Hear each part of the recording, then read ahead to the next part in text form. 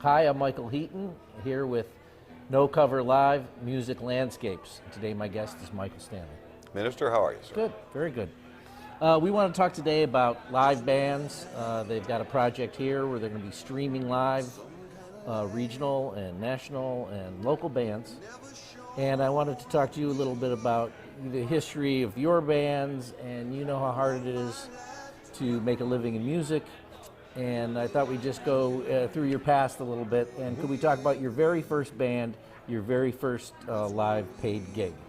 My very first band was called the Scepters. We were all I think we were all Rocky River High School guys at the time. And our first gig was in a friend of ours' basement for a private party he was throwing. And we made $27. I remember that. And as I said, I don't know why 27 instead of 25. I guess we negotiated hard and got 27. Yeah, nice. And whoever drove got $2 for gas.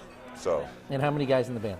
At that point, there were five guys, 2 guitars, bass, drums, and I was the singer because nobody else could. And did you also play guitar then?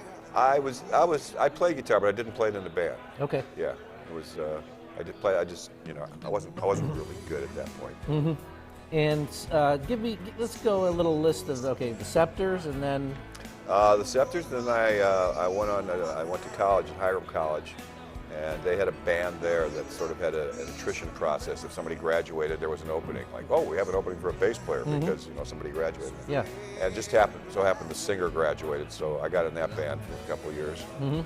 And then in the summers, I went back and played with a band that was called the Tree Stumps, which is a big band the legendary band on the west side. I was the last Tree Stump. Okay. In fact, we just had our 50-year reunion this summer. It was great to see these people.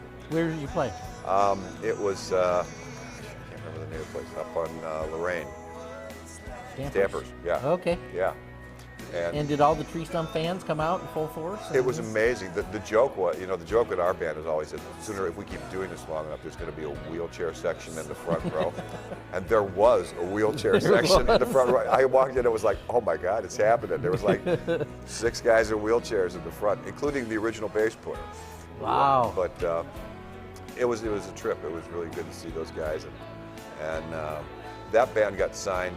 That was the first time I got signed to a label. We got signed to ABC Records, and they did not like the name Tree Stumps. Hard to believe. Yeah. Changed it to Silk, and in 1969, I believe it was, we put an album out on ABC Records. I mean, Bill Simzik, who is still a dear friend of mine, I still work with, he came into town, and he was working for ABC Records, and he signed us, and he signed the James Gang.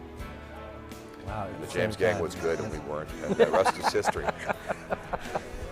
But you're still working with him. He's still producing your album.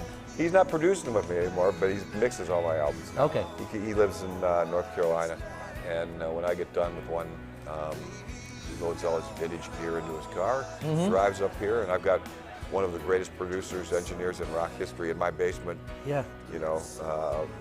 Told my dogs to shut up and mixing the records, and it's great. I mean, he's one of my dearest friends in the world. He's a great guy.